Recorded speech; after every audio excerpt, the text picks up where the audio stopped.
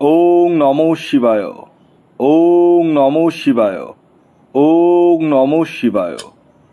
বন্ধুরা, আগামীকাল 28শে জুন শুক্রবার, আর আগামীকাল আমি এই ভিডিওতে যে 5টি রাশির নাম আপনাদের সামনে প্রেজেন্ট করতে চলেছি, সেই 5 রাশির জাতক বা জাতিকাদের হঠাৎ বা আকস্মিক অর্থপ্রাপ্তি ঘটতে চলেছে।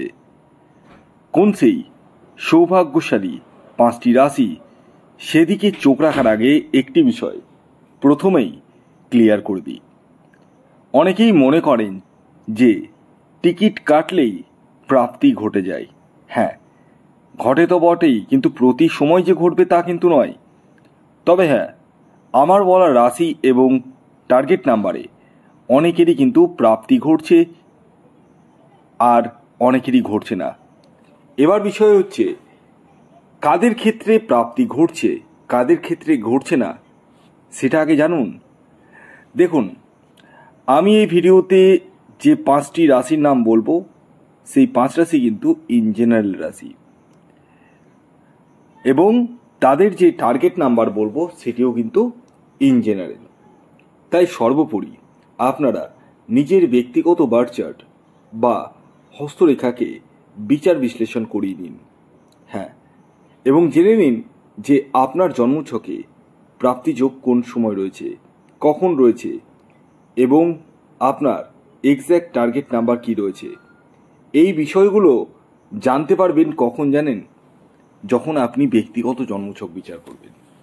অনেকেই ভিডিও দেখছেন রাশির নাম জানার জন্যই, আর রাশির নামটা জানার পরেই ভিডিওটি স্কিপ করে বেরিয়ে যাচ্ছেন, তাই না?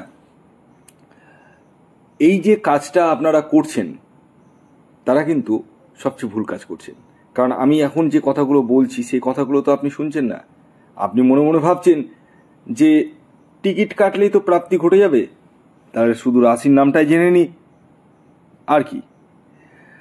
দেখুন, আমি আপনাদেরকে একটি কথা বারবার বলি যে রাশির নাম জেনে শুধুমাত্র লাভ নেই। আমি যে কথাগুলো বলছি, সেই কথাগুলো কিন্তু শোনার প্রয়োজন রয়েছে। আপনারা যারা আমার ভিডিও নিয়মিত দেখেন, প্রতিদিনই দেখেন, তাদের কাছে আমার অনুরোধ, ভিডিওটি সম্পূর্ণ শুনুন। আমি বারবার এক কথা কেন বলি জানেন? কারণ আমি চাই না ব্যক্তিগতভাবে আপনাদের কষ্টার্জিত পয়সা নষ্ট হোক। কারণ প্রত্যেকেই যে অর্থ ইনকাম করছেন খুব কষ্ট করেই, এবং প্রত্যেকেই চাই বড় হতে, প্রত্যেকেই চাই দুটো পয়সা করতে। আর এই পয়সা যদি আকস্মিকভাবে হয়, তাতে মন্দ কি? কিন্তু বিষয়টা প্রত্যেকে চাইলেই যে প্রত্যেকের হবে তা নয়। কারণ আমি জন্মছক বিচার করার পর অনেককেই বলেই যে আপনার ক্ষেত্রে প্রাপ্তিযোগ নেই। আবার অনেককে বলি প্রাপ্তিযোগ রয়েছে, কিন্তু বর্তমানের সময় নেই, কখন রয়েছে সেটাও বলে দিই। আর যাদের ক্ষেত্রে একটুর জন্য মিস হয়ে যাচ্ছে, তারা রাহু রক্ষা কবচ নাম শুনেছেন, অনেকেই নাম শুনেছেন, জানেন, ধারণ করুন এবং নিজের লাইফকে চেঞ্জ করে ফেলুন। কতদিন আর কষ্ট করে চলবেন বলুন তো? আর রাহু রক্ষা কবচ যারা নিয়েছেন বা নেবেন ভাবছেন বা অলরেডি বুকিং করেছেন, প্রত্যেককে আমি বলি আপনাদেরকে ধৈর্য ধরতে হবে। হ্যাঁ, প্রথমত বুকিং করা থেকে 10 থেকে 12 দিন, কমপক্ষে, তার বেশি হতে পারে, মেবি 10 থেকে 12 দিন ওয়েট করতে হয়। এটি এই কারণেই করতে হয়, নির্দিষ্ট দিনে নির্দিষ্ট সময়ে হোমযজ্ঞের মাধ্যমে সেই কবচটিকে তৈরি করি।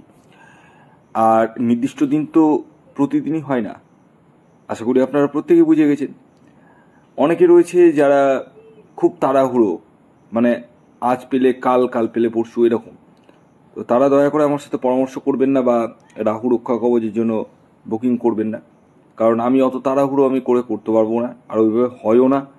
ঠিক আছে, অনেকেই মেসেজ করছেন বারংবার, তবে আগের থেকে মেসেজের পরিমাণটা অনেকটাই কমেছে। আগে যেভাবে মেসেজ আসতো, সেই মেসেজের পরিমাণটা অনেকটাই কমেছে। অনেকেই বুঝতে পেরেছেন, তাও দু একজন মানে হোয়াটসঅ্যাপ করছেন। তো যাই হোক, আপনারা যারা ধৈর্য ধরতে পারবেন তারাই বুকিং করুন। আর হাতে পেয়ে যাওয়ার পর অনেকেই কিন্তু দুম করে পরিধান করে নিচ্ছেন। কেন হাতে পেয়ে যাওয়ার পর আমাকে কেন জানাচ্ছেন না? আপনারা 2 দিন 3 দিন পর জানাচ্ছেন, সঙ্গে সঙ্গে জানাচ্ছেন না, পরিধান করে জানাচ্ছেন। দেখুন, রাহু রক্ষা কবচ তৈরি করাও যেমন খুব ডিফিকাল্ট, এবং তৈরি করার পর ধারণ করারও কিছু নিয়ম রয়েছে। যে কোনো দিন ধারণ করা যায় না, মন্ত্র উচ্চারণ রয়েছে। এগুলো জানার পর তারপর ধারণ করুন। আমি আপনাদের সবসময় ভালো চাই। আমি বারবার একটা কথাই বলি যে আজকে আপনার যদি ভালো হয় না, আপনার কাছ থেকে আমি 2টো কাস্টমার পাবো। যাই হোক, অনেক কথাই বললাম, এবার মূল বিষয়ে আসি। বিষয় হচ্ছে আগামীকাল যে টিকিট কাটবেন, কোন সময় কাটবেন। এই সময়টিকে 2ভাবে ভাগ করা হয়েছে। একটা হচ্ছে শুভ সময়, অপরটি হচ্ছে রাহুকাল। আমি যে শুভ সময়ের কথা বলবো সেই সময়টিকে কাজে লাগাবেন, এবং যে রাহু কালের কথা বলবো সেই সময়টিকে অ্যাভয়েড করতে হবে। তো আগামীকাল রাহুকাল যে সময়টি শুরু হতে চলেছে সেটি হচ্ছে সকাল 9:49 থেকে সকাল 11:40 পর্যন্ত। এই সময়ে যে কোনো ধরনের টিকিট কাটা বলুন, কোনো কিছু কেনাকাটা বলুন, কোনো কিছুই কিন্তু করা যাবে না। তাহলে কোন সময় করবেন?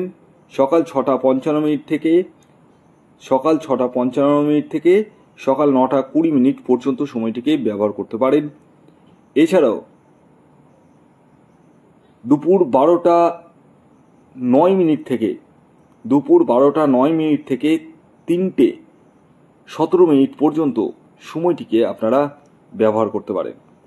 এবার আসুন আমি আপনাদেরকে জানিয়ে দিই আগামীকাল 28শে জুন শুক্রবার কোন 5 রাশির হঠাৎ বা আকস্মিক অর্থপ্রাপ্তি ঘটতে চলেছে। প্রথম যে রাশির নাম বলবো সেটি হচ্ছে তুলা রাশি। তুলা রাশির জাতক ও জাতিকার ইন জেনারেল টার্গেট নাম্বার 1 এবং 7। দ্বিতীয় যে রাশির নাম বলবো সেটি বৃষ রাশি। বৃষ রাশির জাতক ও জাতিকার আগামীকালের ইন জেনারেল টার্গেট নাম্বার 9 এবং 6। এর পরবর্তী 3 নম্বর যে রাশির নাম বলবো সেটি মেষ রাশি। মেষ রাশির জাতক ও জাতিকার ইন জেনারেল টার্গেট নাম্বার 1 এবং 8।